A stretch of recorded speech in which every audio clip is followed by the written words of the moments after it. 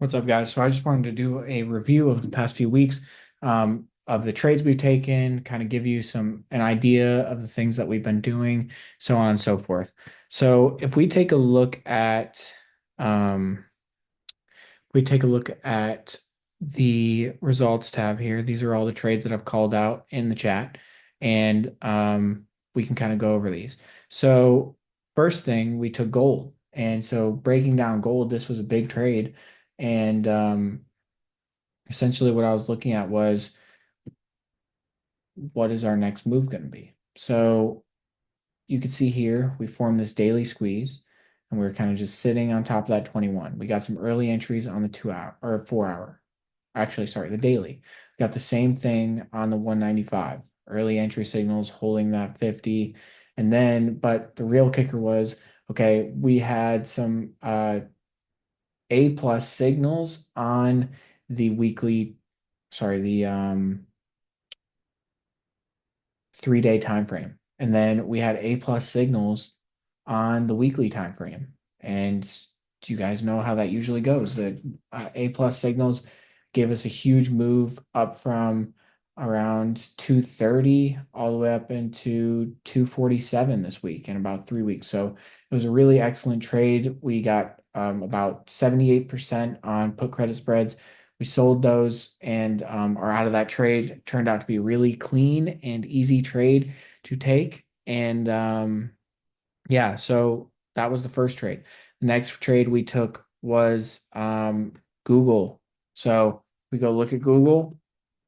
Really simple here. So what I was seeing was, okay, we came down and moved off this low. We had a really strong move off of this low. The trend bars turned green. And then what do you know? We got some buy signals here and high volume after FOMC. Okay. This one then turned out to be a 92% trade. Okay. So we got this move up. I think I got filled pretty bad at the open when we started to sell off. But nonetheless, we got a nice move and caught this move up for 92%. Now, a key point that I do want to make is when we look at SPX, okay? SPX actually had the same setup. No, it was SPY. So SPY, you can see here, we got a buy signal here, an A plus buy signal. We got them here. We got early entry signals here and then move up. We got an A plus signal right here and was able to catch this gap up after FOMC, which we played via Google. And so there's your move up. We got in here 92% overnight swing. So that was the next one. And then from there, we played Shop. So Shopify. This was a 15-minute early entry signals and pretty clean, easy trade. So if we're looking here, where do we get in? It was right here. So this didn't even end up being that crazy of a move. So you can see here, we had buy signal, early entry signals. We got in near the 21. Went up about 20% before the close. And then the next morning, we went up 35%. So that was a clean and easy trade. If you decide to hold, it did a lot better than 25% or 35% and actually gave a really nice move and actually more entries right here for continuation. So that's that one. And then from there, we had NVIDIA. So NVIDIA, this was supposed to be a longer term swing, but it ends up paying really well within just a few days' time. So I entered at the 50% retracement, let everybody know I bought January contracts, way too much time. This would have been 500% play if I would have just done the October. But we got in at this 50% retracement, had this nice move up and caught 50% on NVIDIA. I was originally looking for this 130 as my profit target, but once we started to pull back, I decided to take profits on this and then I'll look to reload when the time is right. So that was a really nice trade. We entered here on this day and then 3 days later, 4 days later, had a huge move up and was able to catch a nice move on that. And that was off of a weekly buy signal, early entry signal. Okay. And then from there, we went with XLF calls. So this one, I was looking for a run into earnings. Unfortunately, we didn't get that. or we haven't started it yet, I guess. But basically, we had some early entry signals here. Went long here and then basically cut it once we broke support. This ended up being around like 22% loss.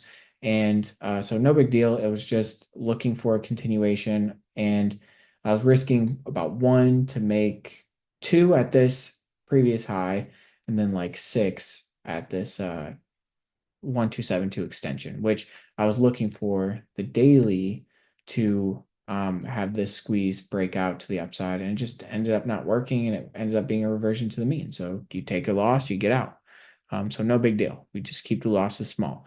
And then ABBV, this one was a little bit of frustrating, and it seems to be breaking out going into next week.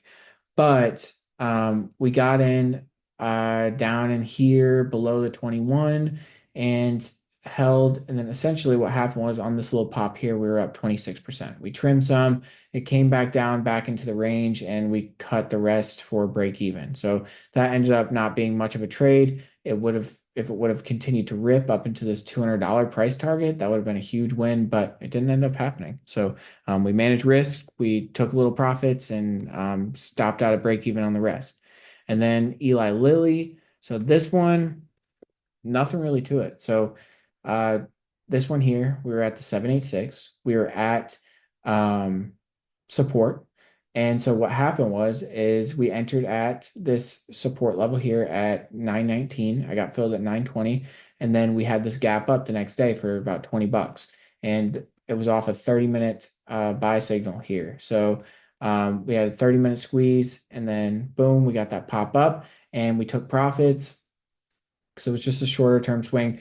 Reason why I didn't continue to hold anything is because if we look at XLV, it was starting to fall apart. So we had one, this, it was, I believe, this day here, and we started to fall apart. And I was like, okay, the whole sector is not looking that good. I'm just going to go ahead, take my profits on Lilly, and move on to the next thing, allocate capital to something that looks better. So yeah, then we continue through there. LMT, this one was a swing from Friday of last week. So this one was clean, easy, and all it was we had buy signals, A plus buy signals. We pulled back to the 21, bought in here, and then had a $20 move up into the target. And now we're just at this point holding runners if you want to see if we can get to 600. So that was a great looking chart, probably the best looking chart going into this week, and it ended up being a really clean and easy trade. And then from there, that's really it. We had a hedge trade in QQQ, which did not work out. Didn't matter because I got sold out of my position because I placed my stop loss wrong. So I got stopped out at break even for no loss, no gain. But it did not, or it's still like probably at break even right now because we did enter at this resistance level, but it was basically a hedge for our NVIDIA position and some other positions we had on. But now when we're looking at it, uh, it it was meant to be insurance, and it ended up not having to be insurance. We're actually break even, and we took profits on the video, so this still could play out. But that's kind of breakdown of everything. That's the trades that we took in the past couple weeks. All of them were based on the indicator, besides actually this loser right here. So QQQ. So I am offering 50% off the first month for people to try it. Literally, you can get this indicator for 25 or $23 for the first month if you use the code ALGOTRIAL.